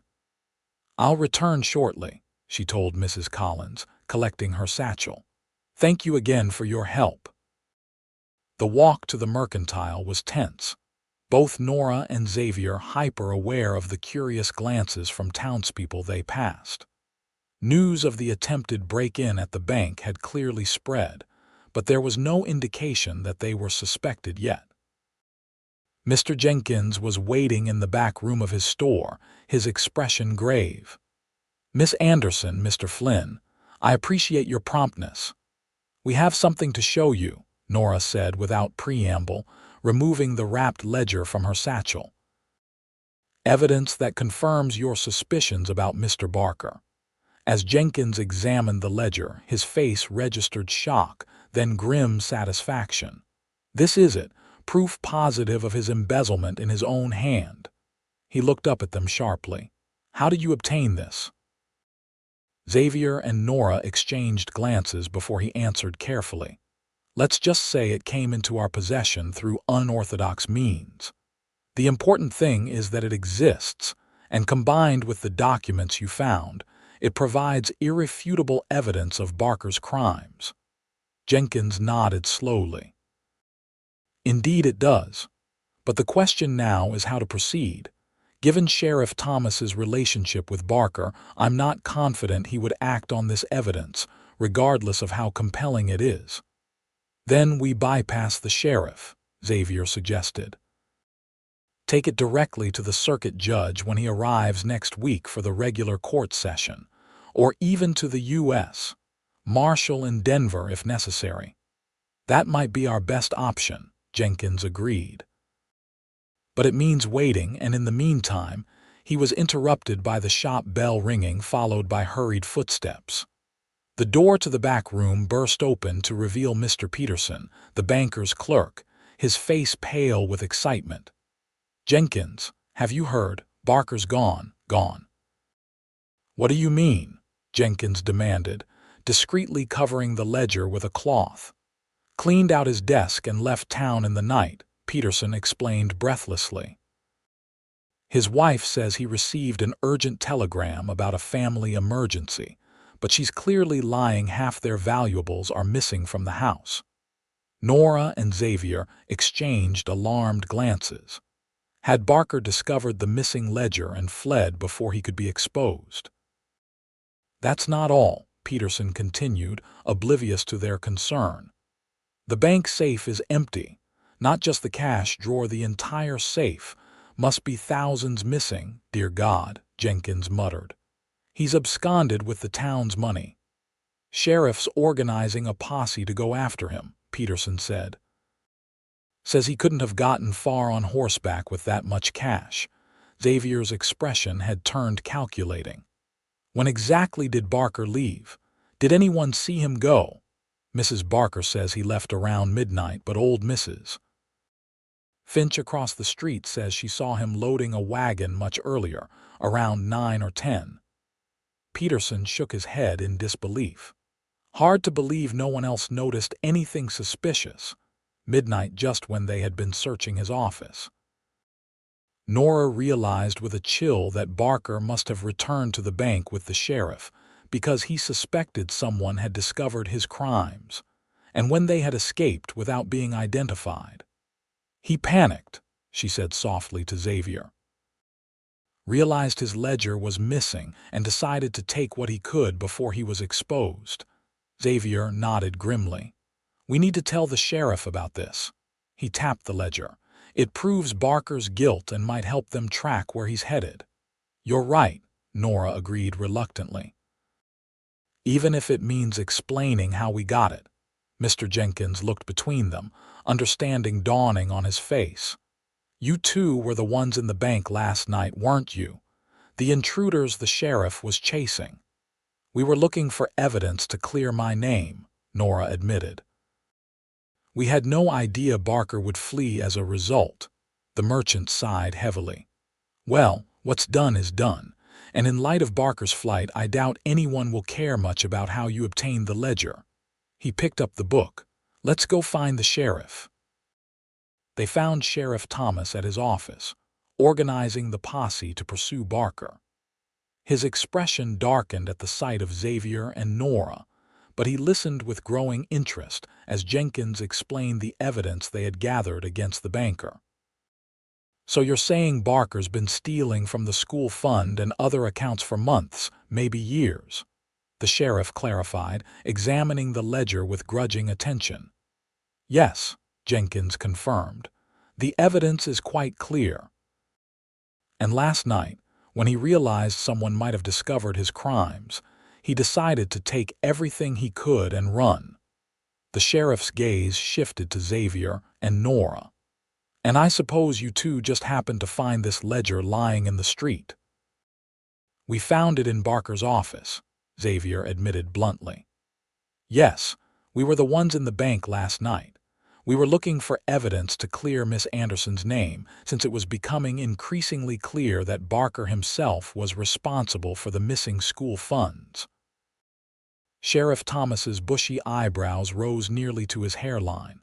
So you broke into the bank. That's a serious crime, Flynn. Not as serious as embezzlement and bank robbery, Xavier countered. And technically, we didn't break anything. The locks are undamaged. The sheriff snorted. That's a fine distinction that probably won't impress Judge Harmon. Are you going to arrest us, Sheriff? Nora asked directly. Or are you going to focus on finding Barker and recovering the town's money? For a long moment, the sheriff studied them both, his expression unreadable. Then, surprisingly, a reluctant smile tugged at his mustache. I suppose finding Barker is the priority right now. But don't think this means you're in the clear, either of you. We'll sort out your trespassing after we catch the real thief. It was as close to an apology as they were likely to get from the proud lawman. Nora accepted it with a gracious nod.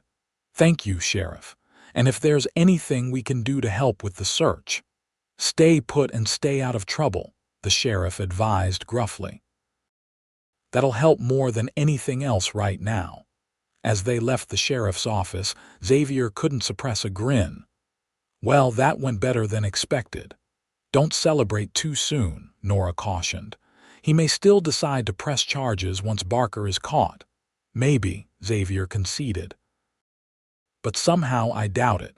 Thomas isn't a bad man, just stubborn and set in his ways, and he doesn't like admitting he was wrong.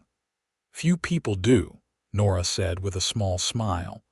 I should get back to the school before Mrs. Collins sends out a search party. Xavier nodded but caught her hand before she could leave. Meet me after school. I have something I'd like to discuss with you. The seriousness in his tone gave Nora pause. Is everything all right? Yes, he assured her. Just something important that can't be rushed. The usual place. I'll be there. The rest of the school day passed in a blur of activity and excitement as news of Barker's flight spread through the town. The children were full of questions and wild theories, which Nora addressed as calmly and honestly as she could without revealing her own involvement in the events. By the time she dismissed her class, word had arrived that the sheriff's posse had captured Barker at a stagecoach stop 20 miles south, attempting to board a coach to Denver.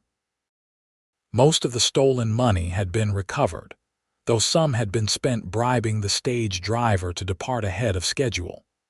The mood in Saint Elmo was jubilant, with many expressing relief that the true culprit had been caught and the town's funds recovered. Several parents who had previously avoided Nora now greeted her warmly, as if the revelation of Barker's guilt had somehow erased their earlier suspicion of her. Xavier was waiting at their usual meeting place, his expression a mixture of nervousness and determination that Nora found both intriguing and slightly concerning. I heard they caught Barker, she said as they fell into step together. With most of the money, apparently. Yes, the news reached the mine a couple of hours ago, Xavier confirmed. The men are celebrating tonight not just because the money was recovered, but because their personal savings are safe. A lot of them keep their earnings in that bank. It could have been devastating for the whole town if he had escaped with everything, Nora agreed. As it is, his reputation is destroyed, and he'll likely spend years in prison. A fitting end for someone who abused his position of trust, Xavier said grimly. Then his expression softened. But that's not what I wanted to discuss with you.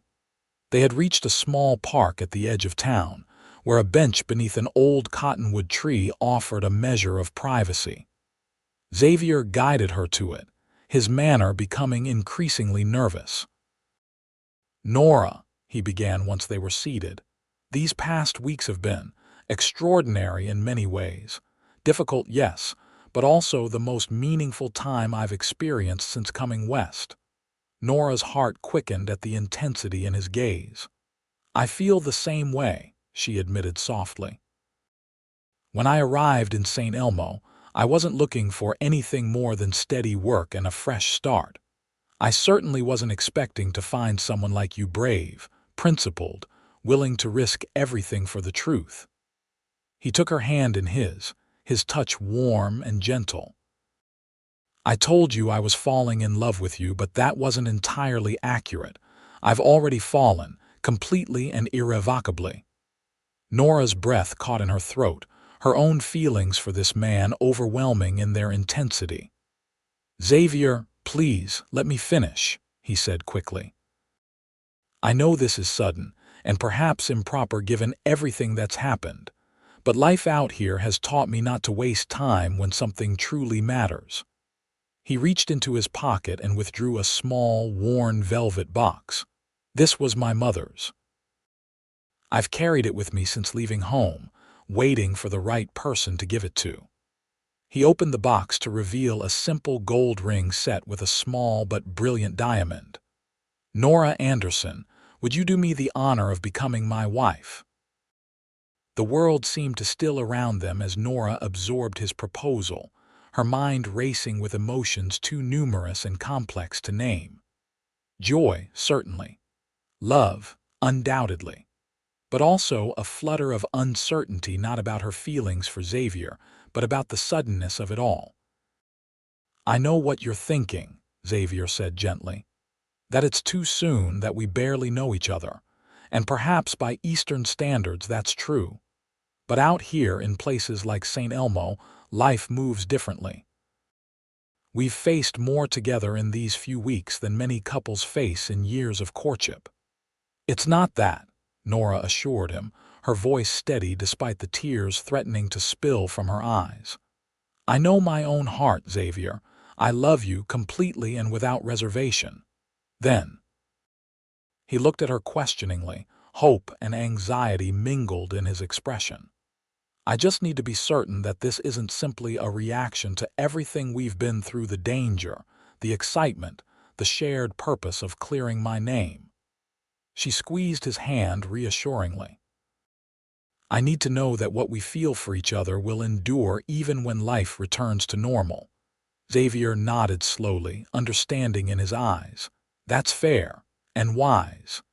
He closed the ring box but kept it in his hand. So I'm not withdrawing my proposal, just postponing the answer. Will you consider it, Nora? Give us time to be sure. I will, she promised, her heart full. And Xavier, my instinct is to say yes. I just need a little time for my head to catch up with my heart. His smile was radiant with relief and renewed hope. That's all I can ask for. He tucked the ring box back into his pocket, then leaned forward to place a gentle kiss on her lips. However long it takes, I'll be here. As they walked back toward town, hand in hand in the golden evening light, Nora felt a sense of peace settle over her. The nightmare of false accusations was behind her. Her name was cleared, her position in the community restored and perhaps even strengthened by her vindication. And beside her walked a man whose love and support had never wavered, even in the darkest moments. The future stretched before them, full of promise and possibility. Whatever challenges it might hold, they would face them together, their bond forged in adversity and sealed with love. 3 months later, on a perfect summer day, the schoolhouse bell rang out, not to call children to their lessons, but to announce a wedding. The entire town of Saint Elmo turned out for the occasion, the previous suspicions and accusations forgotten in the joy of celebrating the union of their schoolteacher and the mine foreman who had stood beside her when all others turned away. Nora wore a simple white dress adorned with lace sent by her aunt in Boston, a wreath of wildflowers crowning her chestnut hair. Xavier, resplendent in a new suit, waited for her at the front of the church, his face alight with happiness as she walked toward him on Mr. Jenkins's arm. The merchant had become something of a father figure to Nora since the Barker affair, his unwavering support and wise counsel helping her navigate the aftermath of the scandal. It was fitting that he should be the one to give her away, symbolizing the community's renewed acceptance and respect. Their vows were simple but heartfelt, spoken with the confidence of two people who had already proven their commitment through trials most couples would never face. When Xavier slipped his mother's ring onto Nora's finger, there wasn't a dry eye in the church. "I now pronounce you husband and wife," declared Reverend Powell, beaming at the couple. "What God has joined together, let no man put asunder." The celebration that followed was the most joyous Saint Elmo had seen in years. Tables groaning with food lined the main street. A band played lively tunes for dancing, and even Sheriff Thomas unbent enough to offer the newlyweds his gruff but sincere congratulations. "Never thought I'd say this," he admitted to Xavier, "but you were right about Miss Anderson, Mrs. Flynn now, I suppose. She's a woman of rare character." "The finest I've ever known," Xavier agreed, his gaze finding his bride across the crowded street, where she was dancing with some of her students. "And I'm the luckiest man alive that she chose me." As the celebrations continued into the evening, Nora found a moment of quiet with her new husband, the two of them slipping away to the schoolhouse where their story had begun. In the peaceful classroom, now decorated with flowers for the occasion, They shared a private moment amidst the public festivities. "Happy, Mrs. Flynn?" Xavier asked, drawing her into his arms. "Completely," Nora assured him, resting her head against his chest. "Though I still can't quite believe how everything turned out. A few months ago, I thought I might lose everything: my position, my reputation, my future here. And now," she looked up at him, her eyes shining with love and contentment, "now I have more than I ever dreamed possible. A husband I adore, a community that respects me, and a lifetime ahead to build something meaningful together." "Speaking of building," Xavier said, a hint of excitement in his voice, "I have a wedding present for you." He reached into his pocket and produced a folded document. "I wasn't sure when to give you this, but now seems right." Curious, Nora unfolded the paper to find a deed to a plot of land just outside town, with a small cabin and several acres of pine-covered hillside. "It's ours," Xavier explained. "I've been saving from my work at the mine, and with the bonus they gave me for uncovering a new silver vein last month, I had enough to purchase it outright. It's not much yet, but there's room to expand the cabin, maybe add a proper garden.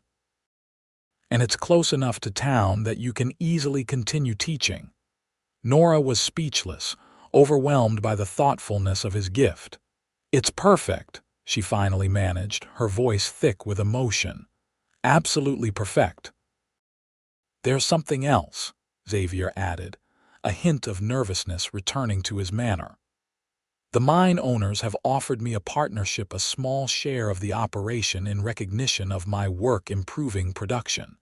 It means more responsibility, but also more stability, better income." "Xavier, that's wonderful," Nora exclaimed. "You've more than earned it. It also means we can start thinking about the future, our future."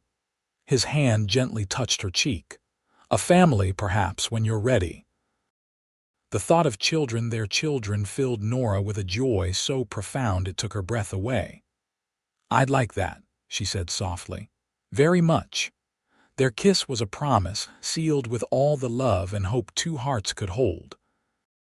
As they rejoined the celebration outside, Nora marveled at the journey that had brought them to this moment, from suspicion to vindication, from strangers to partners, from solitary lives to a shared future bright with possibility. The town that had once turned against her now celebrated her happiness. The man who had dared to stand beside her when all others stepped away now stood beside her as husband and partner for life. And the future that had once seemed so uncertain now stretched before them, a path they would walk together, hand in hand, come what may. 5 years later, the Flynn household was a picture of domestic contentment and modest prosperity. The small cabin had expanded into a comfortable home with a thriving garden and a few head of livestock. Xavier's partnership in the mine had proven lucrative as the silver deposits of Saint Elmo continued to yield their treasures, while Nora still taught at the schoolhouse, though now only 3 days a week. The other days she devoted to their children: 4-year-old Thomas, named for Xavier's father, and 2-year-old Elizabeth, who had her mother's green eyes and her father's determined spirit. A third child was on the way, a new life growing beneath Nora's heart, eagerly anticipated by the entire family. The town itself had changed as well, growing more prosperous and established as the mining operations expanded. New businesses had opened, more families had settled, and the rough edges of the frontier community had gradually smoothed. Mr. Jenkins now served as mayor, his fair-minded leadership guiding St. Elmo through its transition from mining camp to proper town. On a crisp autumn afternoon, Nora sat on the porch of their home, watching Xavier play with the children in the yard. Thomas was attempting to throw a ball, his small face scrunched in concentration, while Elizabeth toddled after butterflies with delighted squeals. The scene filled Nora with a contentment so deep it bordered on awe. How far they had come from those tense, uncertain days when rumors and suspicion had threatened to destroy her life and reputation. How blessed they had been to find each other amidst that storm. Xavier looked up, catching her gaze across the yard, and his smile, still as warm and genuine as the day they met, sent a familiar flutter through her heart. 5 years of marriage had only deepened their connection, their shared experiences weaving their lives together in ways that went beyond mere partnership. "Papa, throw it," Thomas demanded, tugging at Xavier's trouser leg. With a laugh, Xavier obliged, gently tossing the ball for his son to chase. Then, scooping up Elizabeth, who had tired of butterfly hunting, he made his way to the porch where Nora sat. "How are you feeling?" he asked, sitting beside her with their daughter on his lap. "Perfectly well," Nora assured him, though in truth she was more tired with this pregnancy than the previous two. "Dr. Miller says everything is progressing normally." Xavier studied her face, seeing beyond her brave words as he always did. "You're working too hard. Perhaps it's time to consider taking a complete rest from teaching until after the baby comes." "Perhaps," Nora conceded, knowing he was right. "Mrs. Collins has offered to take over my classes if needed. Her oldest daughter just graduated from the normal school in Denver, and she's eager for the experience." "Then it's settled," Xavier said with gentle firmness. "Starting next week, you'll rest. Doctor's orders." Nora smiled at his protective concern. "Yes, sir, Mr. Flynn." Their conversation was interrupted by the arrival of a rider, one of the young men who worked at the telegraph office, his horse lathered from hard riding. "Mr. Flynn," he called, dismounting hastily. "Urgent telegram for you, sir, from Denver." Xavier handed Elizabeth to Nora and went to meet the messenger, his expression curious but not alarmed. Telegrams were no longer the rarity they had once been, though an urgent designation still typically meant significant news. Nora watched as he read the message, his face registering surprise, then something that looked like satisfaction. "Thank you, Jimmy," he said to the messenger, pressing a coin into his hand. No reply needed. As the young man rode away, Xavier returned to the porch, the telegram still in his hand. "What is it?" Nora asked, curiosity piqued by his expression. "News about Barker," Xavier replied, sitting beside her again. "He died in prison yesterday. Natural causes, apparently." Nora absorbed this information in silence. William Barker, the man whose crimes had nearly destroyed her life, had faded from her thoughts over the years. After his conviction and sentencing to 15 years in the territorial prison, she had deliberately put him out of her mind, focusing instead on rebuilding her life and creating a future with Xavier. "How do you feel about it?" Xavier asked after a moment. Nora considered the question carefully. "I'm not sure," she admitted. "I don't rejoice in his death, certainly, but I can't pretend to mourn him either. Mostly I feel relieved, I suppose. That chapter of our lives is truly closed now." Xavier nodded, understanding as always. "I felt something similar. Not happiness at his passing, but a sense of justice completed." He glanced at the telegram again before folding it and tucking it into his pocket. "The interesting part is what else the message says. Apparently Barker made a full confession before he died, clearing your name once and for all, though that hardly seems necessary now." "Better late than never, I suppose," Nora said with a small smile. "Though, as you say, it hardly matters anymore. The town made its judgment years ago when the truth came out." "Still, it's fitting," Xavier observed. "A final vindication, if you like." Thomas, bored with his ball, had wandered back to the porch and now climbed onto his father's lap. "What's vindication, Papa?" he asked, his clear young voice stumbling slightly over the unfamiliar word. Xavier exchanged an amused glance with Nora before answering. "It means being proven right when others thought you were wrong, son. It's when the truth comes out and everyone can see it." The boy considered this seriously, his small brow furrowed in thought. "Like when I said Elizabeth took my wooden horse, but no one believed me and then we found it in her bed," Nora laughed, delighted by his reasoning. "Exactly like that, Thomas. Very good."